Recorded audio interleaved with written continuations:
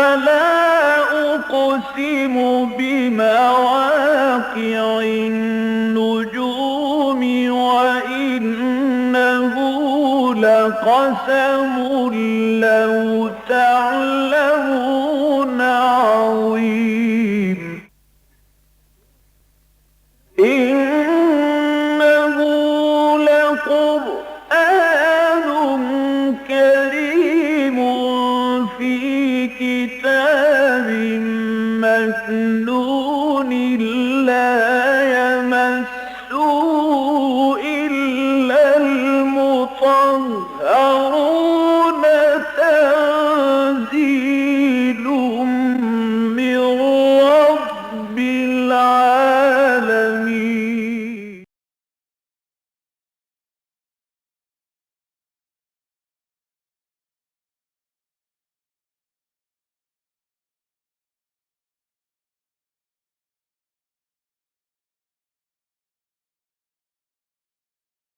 رب اشرح لي صدري ويسر لي أمري واحلل عقدة من لساني يفقهوا قولي.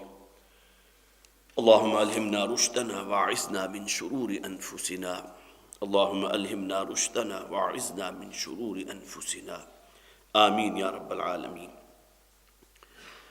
حضرات پچھلی مرتبہ ہم نے 1.5 رکوع کا مطالعہ کیا تھا، 7واں رکوع مکمل اور آدھا رکوع چھٹے رکوع میں سے. 7 رکوع کی آخری 2-3 آیات کا صرف ترجمہ ہی ہو سکا تھا. خیال یہ ہے کہ اس کے بارے میں بھی چند باتیں میں آپ کے گوش گزار کروں. صرف ذہن میں تازہ کر لیجئے کہ یہ اس انباء الرسل کا سلسلہ حضرت نوح علیہ السلام کے ذکر سے شروع ہوا، اور سورہ ہود کا یہ مقام وہ ہے کہ جہاں حضرت نوح علیہ السلام کا ذکر بڑی تفصیل کے ساتھ ہے.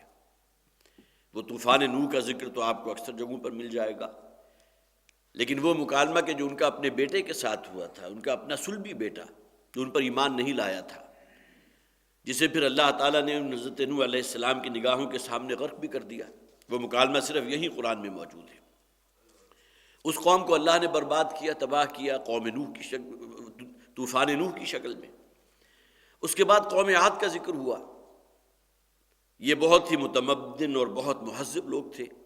بڑے قداور تھے، بلکہ ان کے بارے میں تو یہ بھی روایات میں ملتا ہے کہ ان کے قد جو ہے جس طرح کھجوروں کے درخت ہوتے ہیں بڑے طویل 20-20 فٹ لمبے، یہ ان کے قد تھے. اور انہیں بڑا مان تھا اپنی قوت پر، اور قوت وہ کہ جو انہیں اللہ نے دی تھی، ان کی جسمانی قوت بھی، اور ساتھ ہی یہ کہ ان کی جو تہذیب تھی وہ اس پر بھی انہیں بڑا غرہ تھا. حضرت ہود علیہ السلام کو اس قوم کی طرف بھیجا گیا، لیکن معاملہ وہی ہوا کہ جو ان سے پہلے حضرت نوح علیہ السلام کی قوم کے ساتھ ہوا تھا، کہ ان کو بھی عذاب کی شکل میں اللہ تعالیٰ نے آسمان سے بارش بھی برسائی، پھر زمین جو ہے وہ بھی پھٹی، وہاں سے بھی پانی نکلا، ہلاک کر دیے گئے. قوم عاد پر جو اللہ تعالیٰ کی عذاب کی شکل آئی تھی کہ 7 دن اور 8 راتیں، 7 لیال و 8 ایام، 7 راتیں اور 8 دن مسلسل انتہائی تیز و تند ہوا ان کے اوپر مسلط کر دی گئی. اور وہ اتنی تیز تھی کہ یہ جو بہت قداور لوگ تھے، انہیں گویا کہ انہی چٹانوں کے ساتھ، انہی مساکن کے ساتھ جو انہوں نے بڑے مان سے اپنے لیے تعمیر کیے تھے، ان سے ٹکرا کر ان کو ہلاک کر دیا. قوم عاد کے فوراً بعد ذکر تھا حضرت صالح علیہ السلام کی قوم سمود کا. ان کا بھی یہی معاملہ ہوا. گویا کہ یہ انباء الرسل اصل میں، خاص طور پر میں نے پہلے بھی عرض کیا تھا کہ مکی صورتوں میں یہ باتیں جو بار بار سامنے لائی جا رہی ہیں کہ اے محمد صلی اللہ علیہ وسلم، آپ کی جو مخالفت ہو رہی ہے، یہ لوگ آپ پر ایمان نہیں لا رہے. آپ پر ایمان کیا نہیں لا رہے؟ اللہ کو اپنا خدا واحد قرار کے دینے کو تیار نہیں ہے. تو یہی معاملہ جو ہے پہلی قوموں کے ساتھ بھی ہوا تھا، اور ان پر اللہ تعالیٰ کا عذاب استیصال جو ہے آسمان سے نازل ہوا. قومیں نیست و نابود کر دی گئی، ہلاک اور ملیہ میٹ کر دی گئی. تو نبی اکرم صلی اللہ علیہ وسلم کو بھی یہ اندیشہ ہو لگا تھا کہ کہیں ایسا نہ ہو کہ جس قوم کی طرف مجھے بھیجا گیا ہے اس کے ساتھ بھی اللہ تعالیٰ کی وہی سنت عمل میں آئے. لہٰذا حضور کا وہ قول میں نے آپ کو پہلے بھی سنایا تھا کہ حضور نے فرمایا شیبتنی ہود و اخواتها. یہ سورہ ہود اور اس کی ہم مضمون بہنیں اور جو صورتیں ہیں جن میں انباء الرسل کا ذکر ہے، انہوں نے مجھے بوڑھا کر دیا ہے، اس لیے کہ ان قوموں کو جو اللہ نے جس عذاب میں مبتلا کیا، کہیں ایسا نہ ہو کہ میری قوم جو ہے اسی نوع کے کسی عذاب میں مبتلا ہو جائے. تو قوم سمود کے ساتھ حضرت صالح علیہ السلام کے ساتھ جو معاملہ ہوا کہ اللہ تعالیٰ نے ان کو بھی اہل ایمان کو بچا لیا، لیکن یہ کہ جو لوگ ہلاک کیے گئے تھے، یہاں پھر نوٹ کیجئے، میں نے پچھلی مرتبہ بھی عرض کیا تھا کہ ان پر 2 اعتبارات سے عذاب آیا. ایک تو انتہائی تیز چنگھاڑ تھی، چیخ تھی، جس کے لیے بعض احادیث میں الفاظ بھی آتے ہیں حضرت جبرائیل علیہ السلام کی چیخ، گویا کہ اللہ تعالیٰ نے انہیں حکم دیا اور انہوں نے اپنے منہ سے آواز نکالی. ظاہر ہے کہ کسی انسان کی آواز تو نہیں تھی، ایک فرشتے کی آواز تھی، اور اس کے زیر اثر اس کی ہیبت اور ہولناکی کی وجہ سے قوم جو ہے ہلاک ہو گئی. نہ صرف یہ بلکہ بہت ہی شدید قسم کا زلزلہ جو تھا اس نے بھی آ پکڑا. اس کے بعد حضرت لوط علیہ السلام کی قوم کا ذکر تھا، وہی رکوع کے جو ہم نے پچھلی مرتبہ پڑھا تھا اور آخری 3 آیات رہ گئی تھی. صرف میں نے اسی حوالے سے چاہا کہ وہ مضامین پھر آپ اپنے ذہن میں تازہ کر لیجئے. فلما جاء امرنا جعلنا عالیہا سافلہا، اس قوم کے ساتھ کیا معاملہ ہوا؟ اس لیے کہ یہ بات آپ حضرات کے علم میں ہے، اس لیے یہ قوم جس قسم کی نجاست میں مبتلا تھی، ہومو سیکشولیٹی کے اندر، اور اس سے پہلے معلوم ہوتا ہے کہ کسی اور قوم میں اس طرح اس کا ارتکاب نہیں ہوتا تھا. اکا دکا کوئی اگر معاملہ ہو جائے تو بالکل دوسری بات ہے، لیکن علی الاعلان. اور پھر یہ کہ جیسا کہ میں نے آپ کو بتایا بھی تھا کہ قرآن میں موجود ہے کہ تم اس فعل کا ارتکاب کرتے ہو بڑی بڑی محفلوں کے اندر، گویا کہ بڑے بڑے تم نے کلب بنا لیے ہیں، بڑی بڑی تم نے ایسوسیشنز بنا لی ہیں، اور اس میں اپنے حقوق کا تحفظ بھی ہوتا ہے اور اس میں حصہ عمل کا مظاہرہ بھی ہوتا ہے. اس سے بڑھ کر جسے آپ کہیے کہ سفلا پن اور اس سے بڑھ کر حیوانیت کا تصور تو نہیں ہو سکتا تھا. اور سب سے بڑھ کر یہ کہ جو آیات ہم نے پچھلی مرتبہ پڑھی تھی وہاں ایک مکالمے کا ذکر ہے کہ حضرت لوط علیہ السلام یجادلنا فی قوم لوط، وہ ہم سے اللہ تعالیٰ فرماتے کہ وہ مجھ سے قوم لوط کے بارے میں مجادلہ کرنے لگے. اور میں نے تفصیل سے آپ کو بتایا تھا، بلکہ تورات کا بھی حوالہ دیا تھا اور بعض روایات بھی اس کے حق میں ہیں کہ اللہ تعالیٰ نے جو ہے جب ان فرشتوں کو بھیجا ہے جو بہت ہی خوبصورت لڑکوں کی شکل میں حضرت لوط کے گھر آئے تھے، مہمان کی حیثیت میں مقیم تھے، اور پوری قوم جو ہے جسے ہلکائے ہوئے انداز میں جو ہے لب کی کسی طرح ان کو حاصل کرنے کے لیے، تو یہ فرشتے بعد میں انہوں نے اپنے آپ کو ڈسکلوز بھی کر دیا کہ ہم تو اصل میں فرشتے ہیں، ہم کوئی انسان نہیں ہے، یا یہ کہ جو شکل تمہیں نظر آ رہی ہے وہ ہماری نہیں ہے، بلکہ اللہ تعالیٰ نے ہمیں اس قوم پر عذاب کی شکل میں نازل کیا ہے. انہوں نے باقاعدہ مجادلہ کیا کہ شاید کہ اس بستی کے اندر 50 راست باز لوگ موجود ہیں، 50 نیک افراد ہوں. تو اللہ تعالیٰ نے فرمایا اگر 50 بھی ہوئے تو میں اس بستی پر عذاب نہیں بھیجوں گا. وہ تعداد کم ہوتے ہوتے 45 40 ہوتے ہوتے 10 تک آ گئی،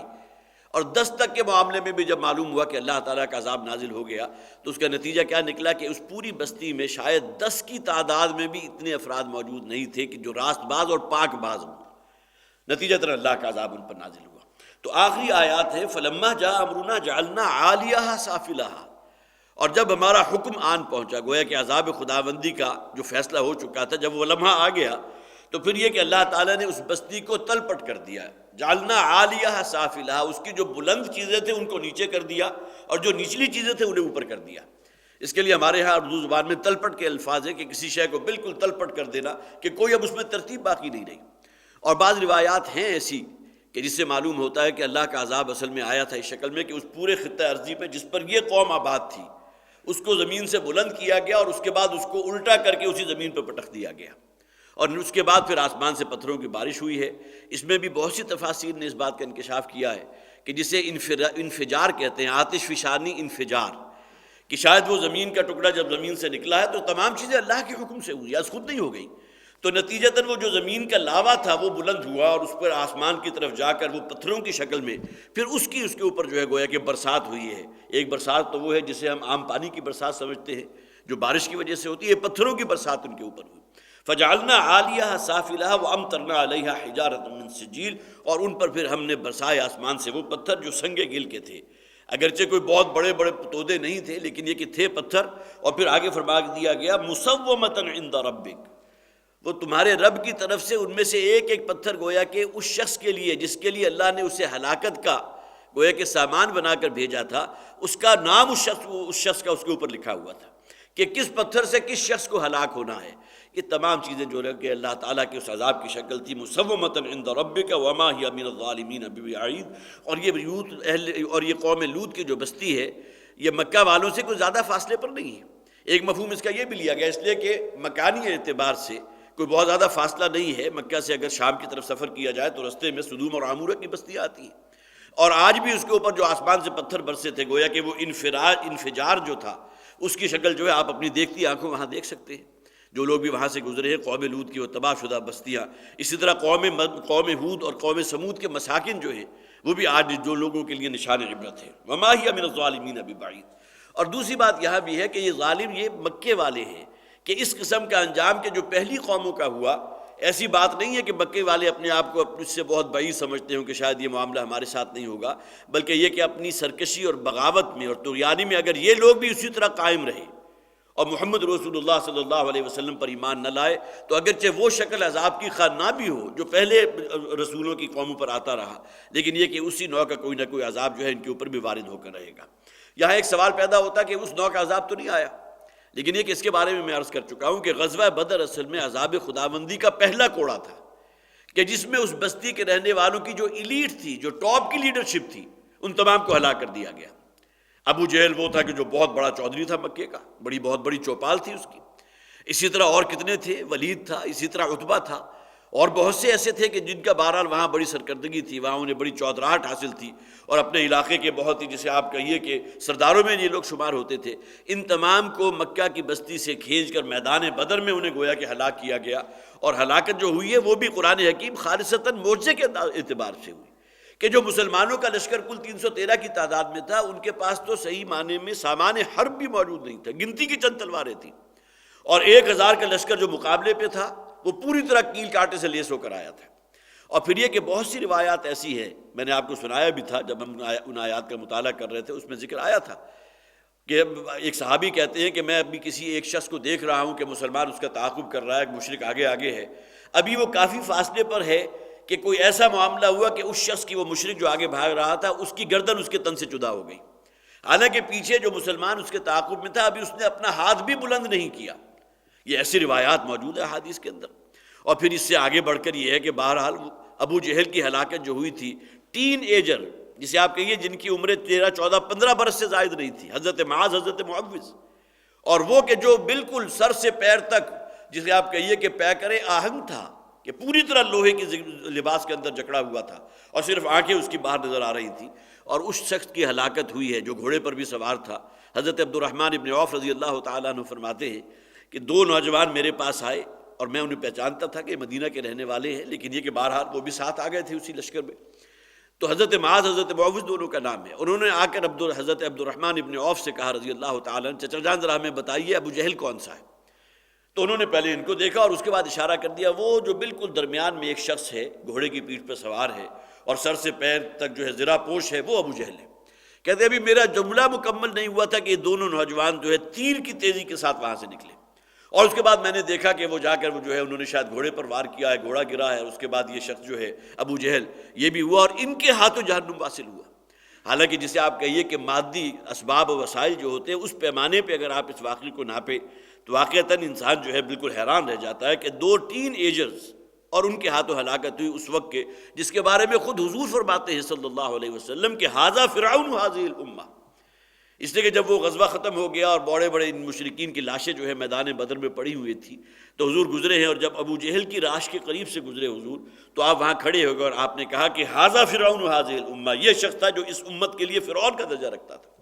اس درجے اس کے پاس گویا کہ اختیارات تھے، خدائی کا دعوے دار تھا، لیکن آج یہ کہ اس کا بے جان لاشا میدان بدر میں پڑا ہوا ہے۔ تو عذاب خداوندی کا یہ اصل میں اسی کی ایک شکل تھی جو غزوہ بدر کی شکل میں ان کے سامنے آئی ہے، اور اس کے بعد اس کا کلائمیکس ہوا جب نبی اکرم صلی اللہ علیہ وسلم فاتح کی حیثیت سے مکے میں داخل ہوئے، اور ظاہر ہے یہی وہ لوگ تھے کہ جو حضور کے خون کے پیاسے تھے، اور اس وقت ان کے دلوں پر کیا بیت رہی ہوگی کہ آج سے کوئی تقریباً 8 برس پہلے تو گویا کہ حضور کو یہاں سے نکلنے پر مجبور کیا تھا، اور آج نبی اکرم صلی اللہ علیہ وسلم فاتح کی حیثیت سے واپس مکے میں داخل ہو رہے ہیں، تو ان کی جو قلبی و ذہنی کیفیت ہوگی، نفسیاتی کیفیت ہوگی، وہ ان کے لیے کسی عذاب سے کم نہیں تھی۔ تو وما ہی من الظالمین ببعید، اور یہ جو قوم لوط کی بستیاں ہیں وہ ان مشرکین مکہ سے کوئی زیادہ فاصلے پر نہیں ہیں۔ وَإِلَىٰ مَدْيَنَ أَخَاهُمْ شُعَيْبًا، اور مدین کی طرف ہم نے ان کے بھائی حضرت شعیب علیہ السلام کو بھیجا۔ میں نے اب پھر عرض کر رہا ہوں کہ انباء و رسول کا چونکہ ذکر ہے لہذا قوم نوح کا ذکر ہو گیا، قوم عاد کا ذکر ہو گیا، قوم سمود کا ذکر ہو گیا، قوم لوط کا ذکر ہو گیا، اب حضرت شعیب علیہ السلام جس قوم کی طرف بھیجے گئے تھے قوم مدین، ان کا ذکر ہے۔ مکانی اعتبار سے نوٹ کر لیجیے کہ یہ مدین کا علاقہ اصل میں حجاز کا شمال مغربی علاقہ ہے، بالکل اوپر اگر آپ چلے جائیں شام کے قریب، فلسطین کے قریب، اور فلسطین کا اور جو فلسطین کا جنوبی حصہ ہے اس کے قریب ہے، اور اسی کے بالکل قریب جو ہے وہ ریڈ سی جو ہے جسے بحر احمر کہتے ہیں وہ بھی بہہ رہا ہے، اور ساتھ ہی خلیج عقبہ بھی ہے۔ تو یہ علاقہ اصل میں بنتا ہے اس کا ساحلی علاقہ جو قوم مدین کا اصل میں مسکن تھا، اور جس کی طرف حضرت شعیب علیہ السلام کو اللہ تعالیٰ نے بھیجا۔ قال یا قوم اعبدوا اللہ ما لکم من الہ غیرہ۔ ایک اور بات بھی نوٹ کر لیجیے، یہ حضرت شعیب وہ نہیں ہے جن کا ذکر عام طور پر ملتا ہے حضرت موسیٰ علیہ السلام کے قصے میں، اس لیے کہ حضرت موسیٰ علیہ السلام جب نکلے تھے اور ان کے ہاتھوں جو ہے قبطی شخص کا جو ہے وہ قتل ہو گیا تھا، اور اس کے بعد پھر وہ مصر سے نکلے، اس کے بعد بڑا طویل سفر طے کر کے وہ بھی پہنچے کسی علاقے میں، اس علاقے کا نام بھی مدین تھا، اور عین ممکن ہے کہ یہی علاقہ اس لیے کہ مصر سے بہت زیادہ فاصلہ تو نہیں ہے۔ تو وہاں اس وقت جو حضرت شعیب جن کا ذکر آتا ہے کہ جن کی پھر ایک بیٹی کے ساتھ حضرت موسیٰ علیہ السلام کا نکاح بھی ہوا تھا، اور پھر یہ کہ انہی کے حضرت موسیٰ علیہ السلام نے پھر گویا کہ شبانی بھی کی تھی کہ 8 یا 10 سال، قرآن میں اس واقعے کا ذکر ہے کہ ان کی بھیڑ بکریاں اور جو ہے جو ان کا جو ریوڑ تھا اس کو چرایا۔ یہ گویا کہ حضرت موسیٰ علیہ السلام کی طرف سے ایک مہر تھا جو اس شکل میں ادا ہو گیا، اس لیے کہ مالی اعتبار سے حضرت موسیٰ علیہ السلام کے پاس تو کچھ تھا نہیں،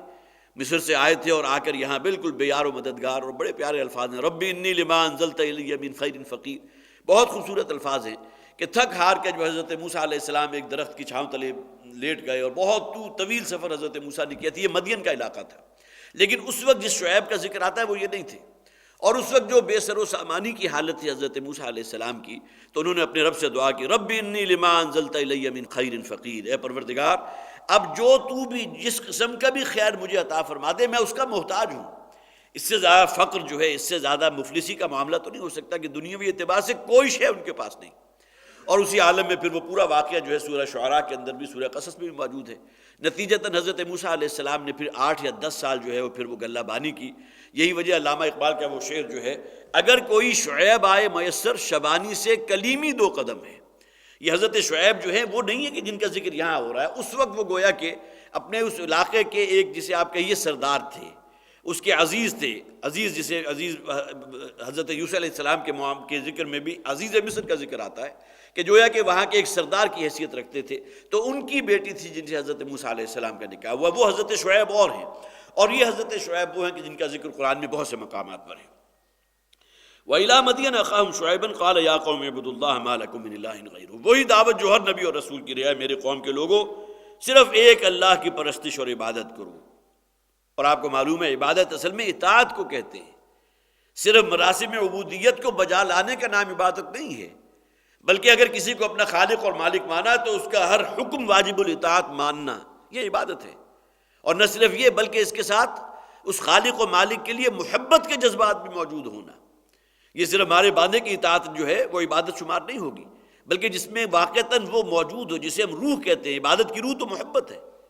العبادت و التذلل، عبادت کہتے ہیں بالکل انسان کا اپنے آپ کو اللہ کے سامنے بچھا دینا، اور اس کے لیے پھر یہ کہ خالص درجے کا خشوع و خضوع بھی ہو اور غایت حب بھی موجود ہو، حد درجے کی محبت بھی موجود ہو۔ یا قوم اعبدوا اللہ ما لکم من الہ غیرہ، عبادت اور بندگی اور اطاعت اور فرما برداری صرف اللہ کی ہوگی، جس کے سوا اور کوئی معبود نہیں ہے۔ ولا تنقصوا المکیال والمیزان۔ اب دیکھیے اس قوم کے اندر جو ایک برائی آ گئی تھی، قوم لوط کا ذکر ہوا، اس کی برائی کا ذکر ہو گیا، جس کا ذکر کرتے ہوئے بھی انسان کو حجاب آتا ہے۔ اگرچہ ہر قوم کا معاملہ بت پرستی تو رہا، حضرت نوح علیہ السلام سے جو معاملہ شروع ہوا تھا، ابتدا میں تو انہوں نے اپنے ہاتھوں سے کچھ جو ہے شبیہیں بنا لی تھی اور اس کے سامنے جو ہے وہ دعائیں کیا کرتے تھے، پھر وہ جو دیواروں کے اوپر بنی ہوئی شبیہیں جو تصویریں تھیں وہ انہوں نے مجسموں کی شکل اختیار کر لی، اور بالآخر انہیں مجسموں کو پوجنے لگے۔ وہاں سے گویا کہ آپ یہ سمجھ سکتے ہیں کہ وہ بت پرستی اور مجسمہ سازی کی ابتدا ہوئی، اور اس کے بعد پھر یہ کہ قوم عاد ہے، قوم سمود ہے، قوم لوط ہے، وہ گندگی اور وہ نجاست جو شرک کی تھی، غیر اللہ کی پرستش کرنا، وہ تو گویا کہ ہر قوم میں موجود تھی۔ لیکن قوم لوط کے اندر ایک سماجی اور معاشرتی برائی کا ذکر قرآن ہائی لائٹ کرتا ہے، ہوموسیکشولیٹی ان میں موجود تھی، جبکہ یہ جو ہے حضرت شعیب علیہ السلام کی قوم، اور یہی معاملہ قوم سمود کا بھی تھا کہ چونکہ بہت خوشحال تھے، بڑے روپے پیسے والے تھے، اور یہ بات جو ہے بالکل مسلم ہے، جس شخص کے پاس جتنا زیادہ روپیہ پیسہ آ جاتا ہے اتنی ہی زیادہ ہوس اور لالچ اس کے اندر بڑھ جاتی ہے۔ اس کا نتیجہ کیا نکلتا تھا کہ یہ ڈنڈی مارتے تھے، ترازو پکڑ تو لیا ہاتھ میں، لیکن یہ کہ اس کے اندر ڈنڈی مار لی، اور اسی طرح جو چیزیں وہ جن کا وزن ہوا کرتا ہے اس میں ڈنڈی مار لی، اور جو ناپ تول کی چیزیں تھیں اس کے اندر بھی ڈنڈی مار لی۔ اس لیے کہ مکیال والمیزان، کیل کہتے ہیں پیمانے کو، جو چیز کسی سٹینڈرڈ کے اعتبار سے آپ ناپ کر دیں، ایک تو وہ چیز ہے جس کا وزن کیا جاتا ہے، 2 پاؤنڈز میں ہوگی، یا یہ کہ اس کا معاملہ کلو گرام میں ہوگا، لیکن فرض کیجئے کپڑا آپ لینے گئے ہیں تو اسے ناپ کر دیا جاتا ہے، اب اس میں بھی ڈنڈی مارنے والے موجود ہیں کہ آپ اگرچہ نگاہیں جمائے ہوئے ہیں لیکن اس کے باوجود بھی وہ ناپتے ہوئے ایسا سلپ کر دیں گے اپنا ہاتھ کہ اینڈ پر آپ لے جا کر جب دیکھیں گے تو معلوم ہوگا کہ جتنا کپڑا آپ نے اس سے حاصل کیا تھا اس سے آدھا گز یا آدھا میٹر کم ہے، اور یہی معاملہ جو ہے دودھ والے جو ہے اس کو ڈنڈی مار دیتے ہیں. چلیے اگر پیمانہ پورا رکھیں گے تو اس کے اندر پانی ملا دیں گے. اب یہ مکیال اصل میں ان پیمانوں کے لیے آتا ہے جن میں کسی شے کو ناپ کر دیا جاتا ہے، خواہ وہ حجم کے اعتبار سے ہو، لیٹرز میں ہو، یا یہ کہ پھر وہ کوئی لینتھ کے اعتبار سے ہو. یہ مکیال اس کے لیے، والمیزان اور وہ چیزیں کہ جن کو وزن کیا جاتا ہے، جس کے لیے ترازو نصب کی جاتی ہے. ظاہر ہے کپڑے کے لیے تو ترازو نصب نہیں کی جاتی، اور اسی طرح جن چیزوں کو پیمانے میں ناپ کر دیا جاتا ہے اس کے لیے وہ شے نہیں ہے، بلکہ اصل میں مکیال اور میزان ان دونوں کا معاملہ یہاں 2 مرتبہ یہ الفاظ آئے ہیں. یہاں فرمایا وَلَا تَنْقُصُوا الْمِكْيَالَ وَالْمِيزَانَ، اور دیکھو ماپ تول کے لیے اور وزن کے لیے جو پیمانے ہیں اس میں ڈنڈی نہ مارا کرو. یہاں اس بات کو نوٹ کر لیجئے، قرآن حکیم میں جو مکی دور میں صورتیں نازل ہوئی ہیں اس میں اس قسم کی جو نجاستیں جن لوگوں میں بھی موجود تھیں انہیں بہت شدید وعید سنائی گئی. وَيْلٌ لِّلْمُطَفِّفِينَ الَّذِينَ إِذَا اكْتَالُوا عَلَى النَّاسِ يَسْتَوْفُونَ وَإِذَا كَالُوهُمْ أَوْ وَّزَنُوهُمْ، كَالُوهُمْ کسی شے کو پیمانے کی بنیاد پر حاصل کرنا، أَوْ وَّزَنُوهُمْ یا اس کا وزن کر کے اس کو حاصل کرنا یا اس کو دینا، لین دین کرنا، اس کے اندر جو لوگ ڈنڈی مارتے ہیں. وَيْلٌ لِّلْمُطَفِّفِينَ، یہ کم تولنے والے، کم ناپنے والے، ان کے لیے بڑی تباہی اور ہلاکت ہوگی. اس لیے کہ یہی وہ چیز ہے کہ جو اصل میں انڈیکیٹ کر رہی ہے اس بات کو کہ اس کو آخرت پر ایمان ہی نہیں ہے، اسی دنیا کو اصل زندگی سمجھے ہوئے ہے. یہیں کی عیاشیاں اور یہاں کی جو بھی آسائشیں ہیں سمجھتا ہے کہ ساری چیزیں جو ہیں اس کو اسی دنیا میں حاصل ہیں، اور آخرت کی زندگی کا کوئی شے، کوئی تصور ان کے ہاں موجود نہیں. أَرَأَيْتَ الَّذِي يُكَذِّبُ بِالدِّينِ فَذَلِكَ الَّذِي يَدُعُّ الْيَتِيمَ. حالانکہ عام سوال یہ آدمی جو ہے اس کے ذہن میں پیدا ہو سکتا ہے کہ ایک وہ شخص کے جو یتیموں کو دھتکار رہا ہو، اس کا اس بات سے کیا تعلق ہے اس کے ایمان کی تکذیب کی جا رہی ہے، آخرت پر ایمان کی تکذیب کی جا رہی ہے. اس لیے کہ آخرت پر ایمان کی تصدیق کس معنی میں ہوگی کہ جو اللہ اور اللہ کے رسول نے فرما دیا اس پر عمل ہو، بلا چون چرا تو یہ آخرت پر ایمان ہے. لیکن اگر جانتے بوجھتے ان چیزوں کی خلاف ورزی ہو رہی ہے، ان چیزوں کو پاؤں تلے روندا جا رہا ہے، تو یہ انڈیکیٹ کر رہا ہے اس بات کو کہ اس پر آخرت کا ایمان موجود نہیں. أَرَأَيْتَ الَّذِي يُكَذِّبُ بِالدِّينِ، کیا تم نے دیکھا اس شخص کا معاملہ جو جزا و سزا کے دن کا منکر ہے. فَذَلِكَ الَّذِي يَدْعُو الْيَتِيمَ وَلَا يَحُضُّ عَلَىٰ طَعَامِ الْمِسْكِينِ فَوَيْلٌ لِّلْمُصَلِّينَ. عین ممکن ہے کہ یہ شخص نمازی بھی ہو، لیکن یہ کہ یہ عادات جو اس کے اندر موجود ہیں یہ اس کے ایمان بالآخرت کی نفی کر رہی ہیں. اسی طرح ویل للمطففین، تباہی اور ہلاکت ان شخص کے لیے کہ جو کم تولنے والا ہے، کم ناپنے والا ہے. تو حضرت شعیب علیہ السلام کی قوم کے اندر یہ وصف جو ہے، یہ وصف کہہ لیجئے، وصف میں اس اعتبار سے کہہ رہا ہوں کہ اگرچہ صفت جو ہے وہ بری بھی ہو سکتی ہے، اچھی بھی ہو سکتی ہے، تو یہ وصف ان میں موجود تھا. یہ صفت اس معنی میں کہ برائی کی صفت تھی کہ جس میں وہ ناپ تول کے معاملے کے اندر ڈنڈی مارا کرتے تھے. انی اراکم بخیر، حضرت شعیب کہتے ہیں کہ میں تمہیں دیکھتا ہوں تم بڑے خوشحال ہو. بخیر، تمہارے پاس بڑا روپیہ پیسہ بھی ہے، مال و دولت بھی ہے، بڑے خوشحال ہو. وانی اخاف علیکم عذاب یوم محیط، لیکن یہ جو تمہارا عمل ہے، یہ ناپ تول میں گڑبڑ کرنا اور ڈنڈی مارنا، اور اس میں اصل بنیاد کیا ہے؟ یہ الگ بات ہے کہ یہ لوگ ابھی اللہ کو ہی نہیں مان رہے تھے، تو ابھی قوم شعیب کا ذکر ہو رہا ہے، یہ آخرت پر ایمان نہیں رکھتے تھے. لیکن یہ چیزیں جو انسان کی بنیادی اخلاقیات میں شامل ہیں، کسی شخص کو یہ بات بتانے کی ضرورت نہیں کہ جھوٹ بولنا بری بات ہے، انسان کی فطرت میں موجود ہے. اسی طرح اپنے بزرگوں کی نافرمانی کرنا، ان کے لیے جو ہے گویا کہ بے ادبی کرنا بری بات ہے. حضرت آدم سے لے کر آج تک کسی کو یہ پڑھانے کی ضرورت نہیں ہے. اسی طرح اس بات کی بھی ضرورت نہیں ہے کہ انسان کا معاملہ جو ہے وہ بدیہیات جسے کہتے ہیں، جسے ہم یونیورسل ٹروتھ کہتے ہیں، جھوٹ بولنا برائی ہے. اسی طرح کم تولنا ہمیشہ سے اس کو برائی سمجھا گیا. لہٰذا یہ چیز اصل میں انڈیکیٹ کر رہی ہے کہ اب تمہاری جو ہلاکت اور بربادی اب زیادہ دور نہیں ہے. انی اخاف علیکم عذاب یوم محیط، مجھے اندیشہ ہے تمہارے بارے میں اس دن کے عذاب سے کہ جو تمہیں اپنے گھیرے میں لے لے گا، محیط جو تمہارا احاطہ کر لے گا. وَيَا قَوْمِ أَوْفُوا الْمِكْيَالَ وَالْمِيزَانَ، یہاں نوٹ کیجئے حضرت شعیب علیہ السلام اپنی قوم کو جو توجہ دلا رہے ہیں، جس طرح حضرت لوط کی قوم کا معاملہ تھا کہ ان کے اندر وہ خاص برائی موجود تھی، اسی طرح اس قوم میں جو برائی موجود تھی حضرت شعیب علیہ السلام نے فوراً ہی توحید کی دعوت دینے کے بعد جو اولین ذکر کیا، وَيَا قَوْمِ أَوْفُوا الْمِكْيَالَ وَالْمِيزَانَ بِالْقِسْطِ، اور اے میری قوم کے لوگوں ناپ تول کے معاملے میں بالقسط، عدل و انصاف سے کام لیا کرو. وَزِنُوا بِالْقِسْطَاسِ الْمُسْتَقِيمِ، قرآن کی آیت ہے نا، جب وزن کیا کرو تو ڈنڈی کو بالکل سیدھا رکھا کرو. یہ ڈنڈی مار جانا اور اس کے اندر جو ہے کہ عدم توازن کے اندر انسان کا مبتلا ہو جانا بہت بڑی برائی ہے. وَلَا تَبْخَسُوا النَّاسَ أَشْيَاءَهُمْ، اور لوگوں کی چیزوں میں ان کی کمی نہ کیا کرو. ظاہر ہے کہ کہنے کو کتنا اس نے بچا لیا، ایک سیر کا یا 1 کلو گرام کا اگر باٹ ایک طرف رکھا تھا، ڈنڈی مار کے اس نے زیادہ سے زیادہ 50 گرام بچا لیے ہوں گے. لیکن اس 50 گرام کی آڑ میں ابدی ہلاکت اور تباہی ہے. اور ویل کے الفاظ جو ہیں، جیسا کہ میں نے آپ کو سورہ مطففین کے بھی آیت سنائی تھی، نبی اکرم صلی اللہ علیہ وسلم اپنے قول میں فرماتے ہیں کہ ویل جہنم کی وہ وادی ہے جس سے خود جہنم بھی پناہ مانگتی ہے، لیکن اس کا عام طور پر ترجمہ کیا جاتا ہے بڑی تباہی اور ہلاکت اس شخص کے لیے جو ڈنڈی مارنے والا ہے، کم تولنے والا ہے، اور اسی طرح ویل کے الفاظ اور بھی بہت چیزوں کے لیے آئے ہیں۔ وَلَا تَعْثَوْا فِي الْأَرْضِ مُفْسِدِينَ، اور زمین میں فساد برپا نہ کرو۔ یہاں ایک اشارہ کر دیا گیا کہ اس قوم کے اندر غارت گری بھی موجود تھی، ڈاکے ڈالنا، لوٹ مار کرنا، جیسا کہ فرمایا گیا سورہ اعراف کے اندر، اصل میں یہی مضمون جو ہے بہت ہی تفصیل کے ساتھ بیان ہوا ہے، جس کے اندر یہ الفاظ موجود ہے وَلَا تَقْعُدُوا بِكُلِّ صِرَاطٍ تُوعِدُونَ، اس لیے کہ ایسا نہ کیا کرو کہ رستوں کے اندر گھات لگا کر بیٹھ جایا کرو کہ جب کوئی قافلہ یہاں قریب سے گزرے گا تو انہیں گویا کہ ڈراتے ہوئے دھمکاتے ہوئے ان سے تمام چیزیں لوٹ کر چلے جاؤ۔ یہ لوٹ مار کرنا، غارت گری کرنا، اور اسی طرح جو ہے یہ معاملہ یہ بھی اس کے اندر موجود تھا۔ وَلَا تَعْثَوْا فِي الْأَرْضِ مُفْسِدِينَ، اور زمین میں فساد برپا نہ کرو۔ یہ الگ بات ہے کہ مفسد کا لفظ جو ہے فساد برپا کرنے والا، یہ تو ہر وہ شخص بھی ہو سکتا ہے جو اللہ کا باغی ہے، سرکش ہے، وہ زمین میں فساد برپا کر رہا ہے، لیکن یہ کہ اس اعتبار سے بھی کہ گویا کہ لوٹ مار بھی اور غارت گری بھی اس میں آ جائے گی۔ بقیت اللہ خیر لکم ان کنتم مؤمنین، اللہ کی طرف سے جو شے تمہارے لیے بچا دی گئی ہے، اس کے لیے بعض مفسرین نے ترجمہ کیا ہے جو جائز منافع ہے۔ یہاں بھی ایک سوال پیدا ہوتا ہے عام طور پہ، اس لیے کہ عموماً اگر آپ کسی سے یہ پوچھیں کہ منافع کی کوئی حد ہمارے دین میں مقرر کی گئی تو کوئی حد مقرر نہیں ہے، لیکن انسان کو اللہ تعالیٰ نے عقل سلیم بھی تو دی ہے نا، فطرت صحیحہ بھی تو دی ہے، لہذا جسے ہم جائز منافع کہتے ہیں وہ حاصل کر لینا۔ ایک شخص ہے، اس نے کہیں سے کوئی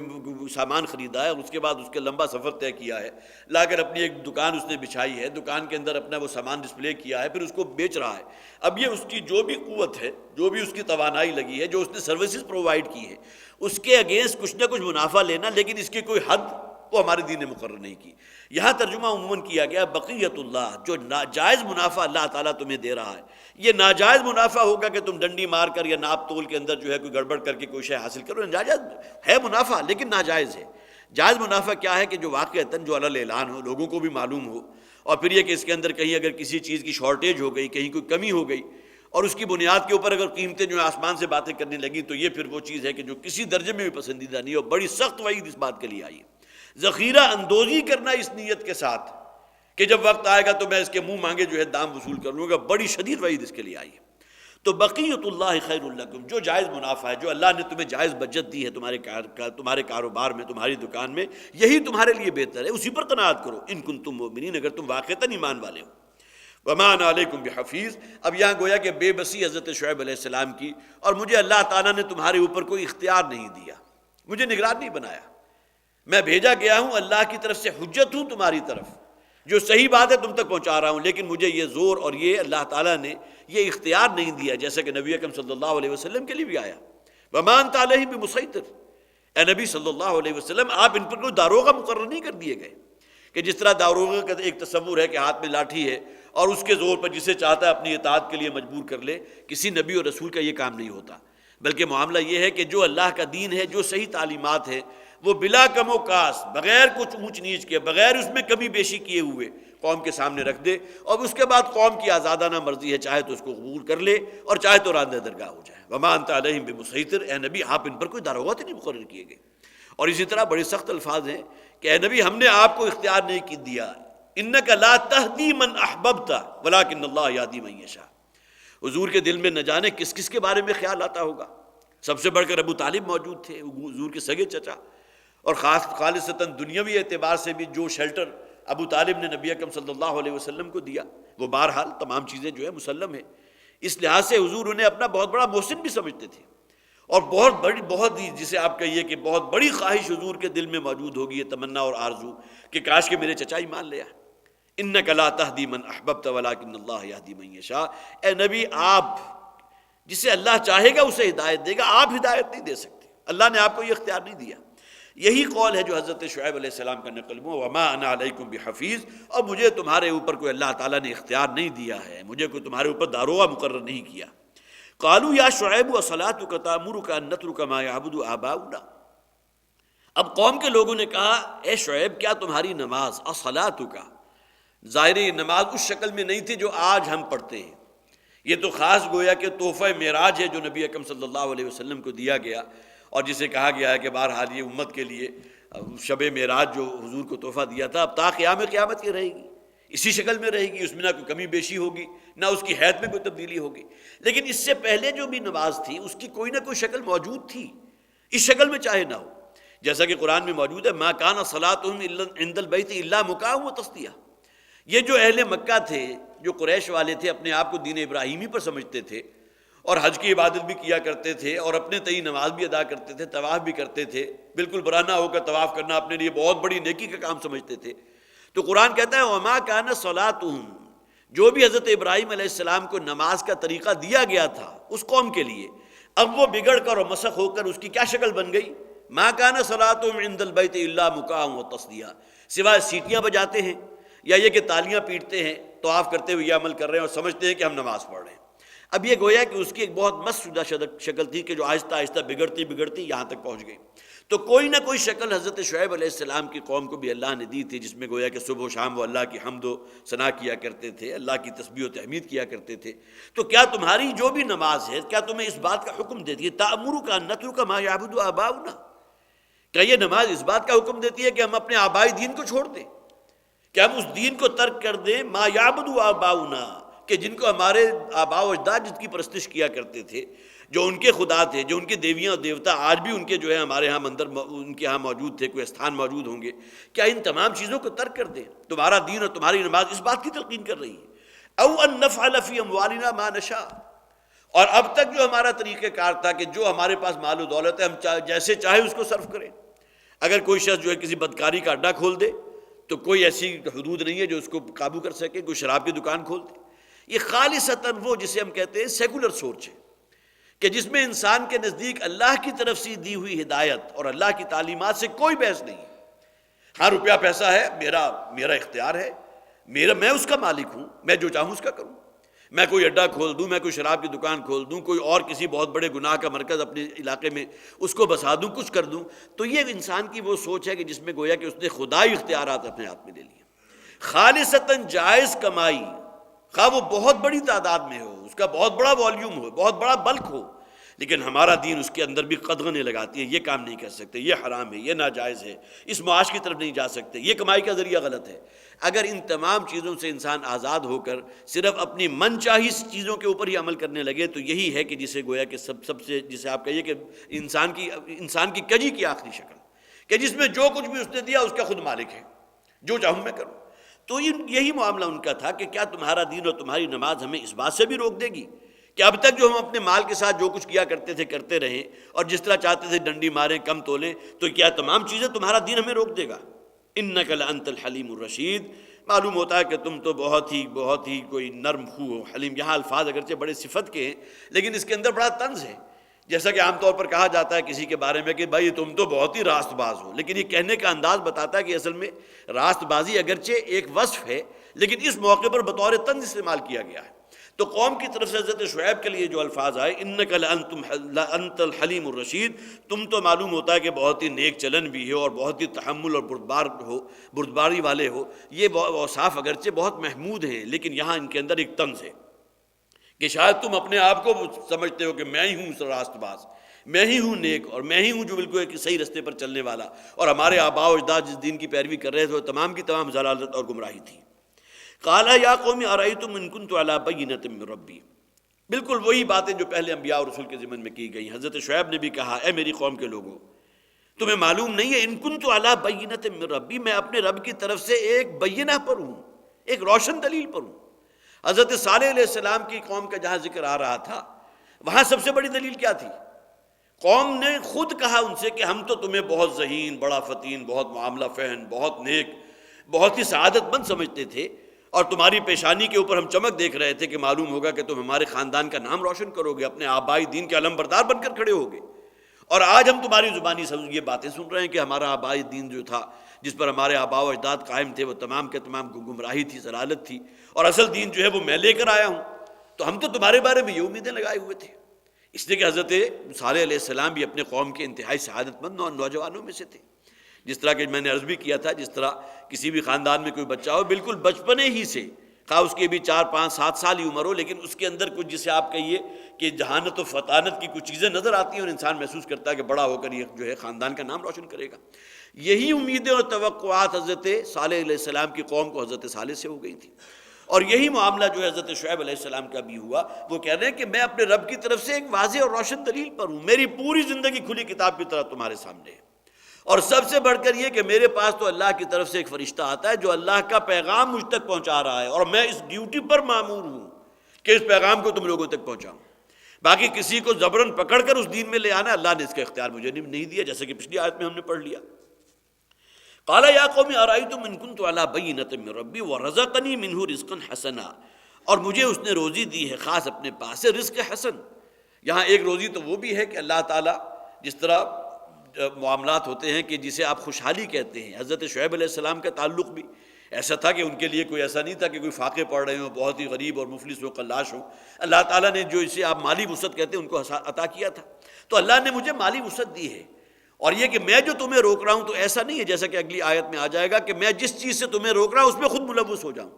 ممکن ہے ان کی بھی کوئی تجارت ہو، ان کی بھی کوئی دکان ہو، لیکن یہ تمام چیزیں گویا کہ رزق حسن ایک مادی مفہوم کے اعتبار سے ہوگی، جبکہ اکثر و بیشتر مفسرین نے یہ کہا رزقا حسنا خاص طور پر وحی نبوت کے لیے،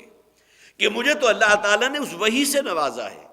میرے پاس اللہ کی طرف سے آسمانی ہدایت موجود ہے جو تم لوگوں تک پہنچا رہا ہوں۔ فما اريد ان اخالفكم الى ما انهاكم عنه، اور میں نہیں چاہتا کہ مخالفت کروں اس بات کی کہ جس شے سے میں خود تمہیں منع کر رہا ہوں۔ اب اس سے بڑھ کر کوئی عیب نہیں ہو سکتا کہ انسان جس چیز کا داعی ہو خود اس پر عمل پیرا نہ ہو۔ سورہ صف کے اندر موجود ہے نا، یا ایھا الذین آمنوا لم تقولون ما لا تفعلون، اہل ایمان کیوں کہتے ہو وہ بات جس پر عمل نہیں کرتے؟ کبر مقتا عند اللہ ان تقولوا ما لا تفعلون، اللہ کے غصے، اور صرف غصہ نہیں بلکہ یہاں بیزاری کے الفاظ ہیں، اللہ کی بیزاری کو بہت بڑھا دینے والا ہے یہ طرز عمل کہ کہو وہ جس پر عمل نہ کر رہے ہو۔ یہی معاملہ ہے کہ جو اللہ تعالیٰ نے جو یہودیوں کے جو علماء تھے ان کے اوپر جو الزام لگا، ان میں سے ایک جو ہے معاملہ یہ بھی تھا اتامرون الناس بالبر وتنسون انفسکم،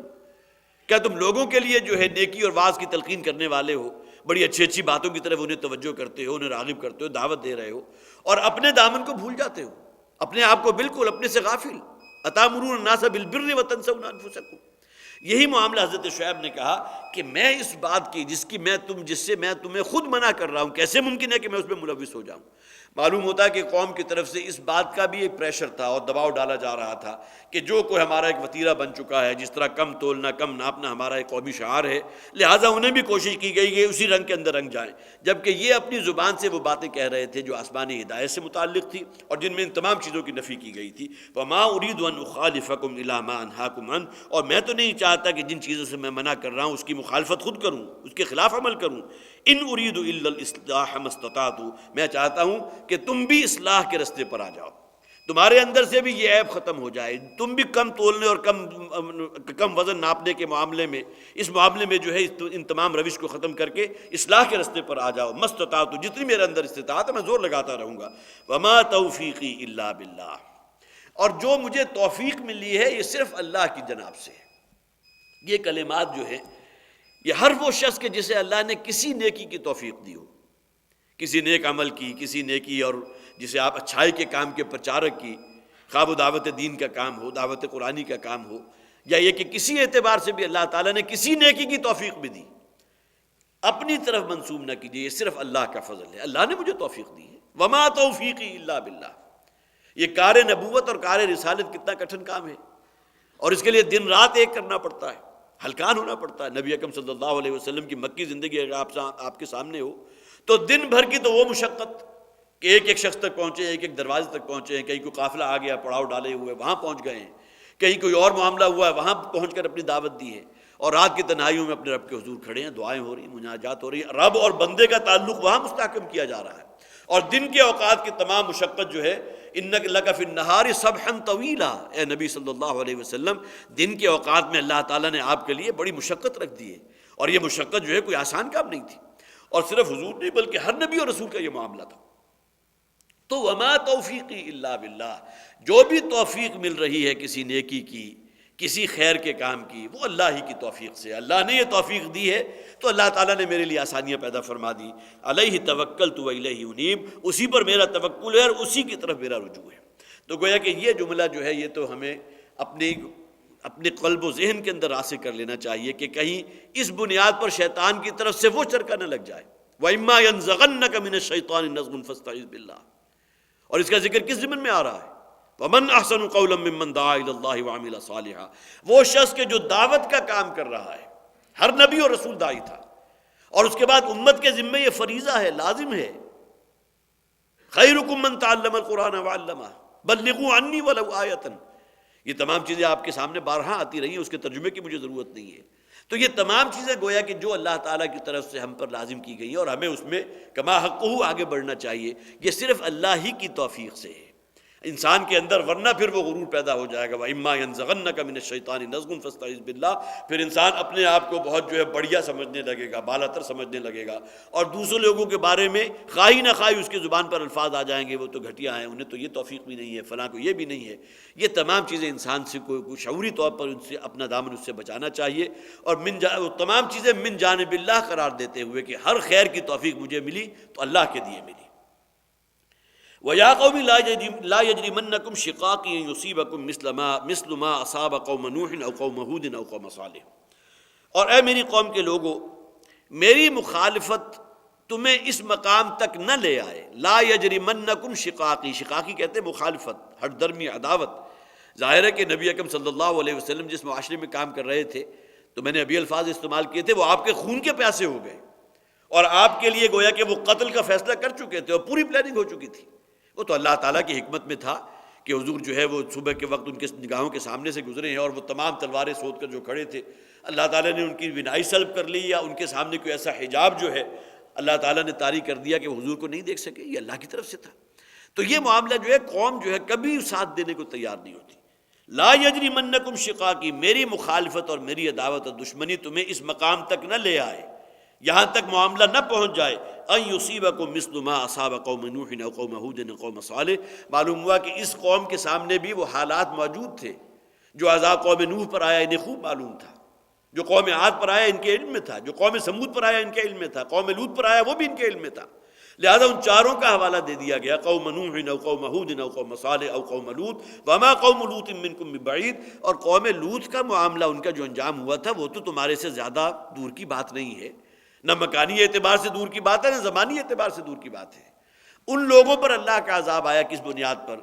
کہ وہ توحید کے رستے پر کاربند نہیں ہوئے، اور اپنی انہی معاشرتی یا جو بھی ان کے اندر نجاستی تھی انہی کے اندر مست رہے۔ اگر تمہارے اندر کوئی تبدیلی پیدا نہ ہوئی تو تمہارے بارے میں بھی مجھے اندیشہ ہے۔ انی اخاف علیکم عذاب یوم محیط، جیسا کہ ہم نے پڑھ لیا تھا کہ مجھے اندیشہ ہے تمہارے بارے میں کہ وہ اس دن کا عذاب تمہیں اپنے احاطے میں لے لے گا، جس سے انسان جو ہے کوئی مفر حاصل نہیں کر سکے گا۔ یہی فرمایا ان یصیبکم مثل ما اصاب قوم نوح، مبادا یہ کہ تم پر بھی وہ عذاب آ جائے اللہ کی طرف جو قوم نوح پر آیا تھا، یا قوم ہود پر آیا، و قوم صالح پر آیا، وما قوم لوط منکم ببعید، اور قوم لوط کا معاملہ بھی تم سے کوئی زیادہ فاصلے کی بات نہیں ہے۔ واستغفروا ربکم ثم توبوا الیہ۔ دیکھیں دعوت ہمیشہ یہی رہی، حضرت نوح علیہ السلام کے الفاظ یہی، حضرت ہود علیہ السلام، حضرت صالح، یہاں بھی حضرت شعیب کے الفاظ وَاسْتَغْفِرُوا رَبَّكُمْ۔ اب تک کے جو گناہ ہیں، جو معصیتیں ہیں، جو نجاستیں تمہارے ساتھ لگی ہیں، اپنے رب کے حضور اس کی استغفار کرو، معافی چاہو، اس کی پناہ میں آ جاؤ، وَتُوبُوا إِلَيْهِ، اور اس کے بعد پھر اس کی طرف متوجہ ہو جاؤ۔ وہ کہ دو ڈائمنشن میں نے عرض کیا تھا، ایک تو یہ کہ احساس ندامت، پشیمانی، اب تک جو کیا، اے پروردگار تو معاف فرما، تو میری مغفرت فرما، نادانی میں، جہالت میں، جذبات میں مجھ سے یہ گناہ سرزد ہوتے رہے، میری معاش میں یہ چیز غلط شامل ہوتی رہی، میری معاشرت کے اندر یہ برائیاں در آئی تھیں، ان تمام چیزوں سے صدق دل سے اللہ کے حضور جو ہے مغفرت چاہے، وَاسْتَغْفِرُوا رَبَّكُمْ ثُمَّ تُوبُوا إِلَيْهِ، اور اس کے بعد اسی کی طرف متوجہ ہو جاؤ، اسی کی طرف اپنا رخ کر لو، اسی سے توبہ طلب کرو۔ ان ربی رحیم ودود، یقیناً میرا رب جو ہے کمال رحمت فرمانے والا، رحیم ہے، ودود ہے، اور انتہائی محبت فرمانے والا ہے۔ ودود کے لفظ کے اندر محبت کی آخری انتہا شامل ہے۔ حضرت عمر رضی اللہ تعالیٰ عنہ کی ایک روایت میں نے ایک تفسیر میں پڑھی تھی، وہ میں آپ کو بھی سنانا چاہ رہا ہوں۔ وہ فرماتے ہیں کہ ایک غزوے کے موقع پر چند قیدی، جن میں کچھ عورتیں بھی تھیں، مرد بھی تھے، اس جنگ کے نتیجے میں وہ جنگی قیدی ہاتھ آئے۔ ان میں سے ایک عورت تھی کہ جس کا بچہ جو تھا کہیں وہ گم ہو گیا یا اس سے چھین لیا گیا جو ہوا، تو اس کے اندر جو ایک مامتا کی پیاس تھی، تو جس بچے کو وہ مدینہ میں دیکھتی تھی اسے فوراً اپنے سینے سے چمٹا لیتی تھی اور سمجھتی تھی کہ شاید یہی میرا بچہ ہے۔ تو حضور اس کا مشاہدہ کر رہے تھے، تو حضور نے اس موقع پر فرمایا، جو بھی صحابہ آپ کے پاس تھے، حضرت عمر بھی تھے، چونکہ راوی خود حضرت عمر ہے رضی اللہ تعالیٰ عنہ، تو حضور نے فرمایا تم دیکھ رہے ہو اس عورت میں کتنی محبت ہے اپنے بیٹے کے لیے، جو اس سے گم گیا یا چھن گیا، جو کچھ بھی ہوا معاملہ۔ اور پھر حضور نے فرمایا کہ خدا کی قسم اللہ کو اپنے بندوں سے اس سے بھی بڑھ کر محبت ہے، اس لیے کہ اس محبت کا آپ اندازہ نہیں کر سکتے، جس نے ہمیں جو کچھ عنایات ہیں اللہ کی، جو اللہ کے ہمارے اوپر فضل ہے، ہمیں دیکھنے کو آنکھیں دی ہیں، ہمیں قوت دی ہے، ہمیں تمام چیزیں عطا فرمائی ہیں، اس دنیا میں ہمارے لیے کتنی آسانیاں پیدا کر دی، اسی محبت کا پرتو ہے نا۔ ودود کے لفظ میں حد درجے محبت کرنے والا، جس طرح اس عورت کے دل میں اپنے بیٹی کی محبت تھی، اور اس کے لیے جس طرح وہ ادھر سے ادھر بھاگ رہی تھی، ہر بچے کو جو ہے اپنے سینے سے چمٹا لیتی تھی، اس سے کہیں بڑھ کر محبت جو ہے حضور فرماتے ہیں اللہ تعالیٰ کو اپنے بندوں سے۔ اسی طرح ایک موقع پر واقعہ آپ نے سنا بھی ہوگا، حضور اپنے حجرے میں تشریف لائے، حضرت ام سلمہ رضی اللہ تعالی عنہ حضور کی ازواج مطہرات میں سے ایک زوجہ ہے، ان کے چہرے پر اچانک بڑی خوشی اور جسے آپ کہیے شادمانی کی کیفیت ہوئی کہ حضور ان کے حجرے میں تشریف آئے ہیں، اس لیے کہ آپ کے نکاح میں بیک 9 ازواج بھی رہی ہیں، اور آپ کی جو ہے بھی شب باشی کے لیے بھی آپ کی راتیں تھی مقرر تھی۔ عصر اور مغرب کے درمیان کا وقفہ حضور اہتمام فرمایا کرتے تھے، جسے آپ کہیے فلائنگ وزٹ، کہ تمام ازواج کے گھر جا کر جو ہے کچھ کسی کی کوئی طبیعت ٹھیک نہیں ہے، کوئی کسی کی ضرورت ہے، تو گویا کہ تھوڑی دیر کے لیے ہر زوجہ کے گھر جاتے تھے۔ اسی طرح ایک موقع پر تو حضرت ام سلمہ رضی اللہ تعالیٰ عنہ بہت خوش ہوئی، تو حضور نے فرمایا کہ تمہیں ہماری آمد سے بہت خوشی ہوئی، تو انہوں نے فرمایا کیوں نہیں؟ ظاہر ہے کہ حضور حضرت ام سلمہ کے صرف شوہر تو نہیں تھے بلکہ اللہ کے رسول بھی تھے، تو 2 محبتیں جمع ہو جانا تو اس کا گویا کہ یہ ایک مظہر تھا جو حضرت ام سلمہ کے چہرے پر بہت نمایاں تھا۔ تو اس موقع پر یہ ایک جسے میں کہا بھی کرتا ہوں کہ ایک فطری اسلوب تعلیم ہے کہ ایک بات جو ہے بہت ہی فطری انداز میں پہنچا دی، تو اس پر حضور نے فرمایا تمہیں معلوم ہونا چاہیے کہ اللہ کو اپنے بندوں سے اس سے بھی بڑھ کر محبت ہے۔ اب یہ محبت کے مختلف پیمانے ہیں، ایک اس حدیث میں ہمارے سامنے آیا جو حضرت عمر رضی اللہ تعالیٰ عنہ سے مروی ہے کہ اس عورت کے دل میں جو محبت اپنے بیٹے کے لیے تھی، تو حضور نے توجہ دلا دی کہ اللہ کے دل میں بھی تمہارے لیے، دل کے الفاظ اللہ کے لیے شاید مناسب نہیں ہے، اس لیے کہ اعضاء کے الفاظ اگرچہ اللہ کے لیے قرآن میں آئے ہیں، لیکن یہ کہ اس کو متعین نہیں کرنا چاہیے۔ اللہ جو ہے تم سے اس سے بھی زیادہ محبت کرتا ہے جتنی محبت اس عورت کے دل میں اس کے بیٹے کے لیے ڈالی گئی ہے۔ تو ان ربی رحیم ودود، یقیناً میرا رب مہربانی فرمانے والا، رحمت فرمانے والا اور بہت ہی محبت فرمانے والا ہے۔ قالوا یا شعیب ما نفقہ کثیر مما تقول، تو قوم نے کہا اے شعیب، حضرت شعیب علیہ السلام سے مخاطب ہو کر، ما نفقہ کثیر مما تقول، ہم نہیں سمجھ پاتے تمہاری اکثر باتیں جو تم کہتے ہو۔ کس بنیاد پر؟ اس لیے کہ ان کے دماغ کے اندر جو ٹیڑھ آ چکی تھی، مولانا اصلاحی کہتے ہیں ان کے دماغ میں جو ٹیڑھ موجود تھی، یہ ان کے دماغ کی سوچ تھی کہ جو کج ہو چکی، جس کے اندر اتنی کجی واقع ہو چکی ہے، اتنی ٹیڑھ ہو چکی ہے، بت پرستی اور اپنی جو بھی ان کے اندر برائیاں تھیں، ناپ تول کے اندر جو کمی کر رہے تھے، اس میں اس حد تک آگے گزر چکے ہیں۔ تو حضرت شعیب علیہ السلام کی بات ان کی سمجھ سے بالا، یہ نہیں ہے کہ حضرت شعیب کوئی ایسی زبان بول رہے تھے جو وہ نہیں سمجھ پاتے تھے، کوئی عبرانی میں گفتگو کر رہے ہوں یا یہ کہ سنسکرت میں گفتگو کر رہے ہوں، بلکہ اسی قوم کی زبان میں گفتگو کر رہے ہیں، لیکن قوم اسے نہیں سمجھ پا رہے، اس کے لیے کہ ان کے ذہن اتنے ٹیڑھے ہو چکے۔ ما نفقہ کثیر مما تقول وانا لنراک فینا ضعیفا، اور پھر قوم نے کہا کہ ہم تو تمہیں دیکھتے ہیں کہ تم ہمارے درمیان ہو بھی بہت کمزور۔ یہی سے اعتبار سے بھی ہے کہ ایمان لانے والوں کی تعداد بہت کم تھی، اس لیے کمزور سمجھے گئے۔ پھر یہ کہ کمزور، بعض مفسرین نے یہ بھی لکھا ہے کہ جسمانی اعتبار سے بھی گویا کہ جسے آپ بہت تنومند اور بہت ہی قد و قامت والا شخص کہتے ہیں، حضرت شعیب وہ نہیں تھے، بلکہ یہ کہ بہت ہی مختصر جسامت والے تھے، تو ضعیف کا لفظ اس اعتبار سے بھی آ گیا۔ اور بعض تفاسیر نے یہ بھی کہا ہے کہ ضعیف یہاں اصل میں آیا ہے کہ حضرت شعیب علیہ السلام کی نگاہوں میں جسے آپ ظاہری کمزوری ہے وہ بھی موجود تھی، وہ بعد میں اللہ تعالیٰ نے اس کی جو ہے وہ تلافی فرما دی اور بصارت بھی آپ کی ٹھیک ہو گئی، لیکن یہ کہ مختلف تفاسیر کے اندر چونکہ ضعیف کے لفظ کے ساتھ یہ چیزیں بھی موجود تھیں، لیکن یہاں ہم اس کا یہی کہیں گے کہ آپ بالکل اکیلے ہیں، آپ کے ساتھ گویا کہ کچھ ایسا جتھا لوگوں کا موجود نہیں ہے، وہ جماعت موجود نہیں ہے کہ جو آپ کو قوت عطا فرماتی۔ وَإِنَّا لَنَرَاكَ فِينَا ضَعِيفًا، ہم آپ کو دیکھتے ہیں کہ آپ بہت کمزور ہیں ہم میں۔ وَلَوْلَا رَحْتُكَ لَرَجَمْنَاكَ، بڑے سخت الفاظ ہیں، اور اگر تمہارے خاندان کا معاملہ ہمارے پیش نظر نہ ہوتا، اس لیے کہ انسان کے جو بھی ایک خاندانی وجاہت ہوتی ہے وہ بھی تو ہے نا، اگر وہ ہمارے پیش نظر نہ ہوتی اور ہمارے تمہارے خاندان کے ساتھ کوئی باہمی تعلقات نہ ہوتے، وَلَوْلَا رَحْتُكَ، جو قبیلے کے اندر یہ ایک قبائلی تعصب جو ہے یہ بھی موجود ہوتا ہے،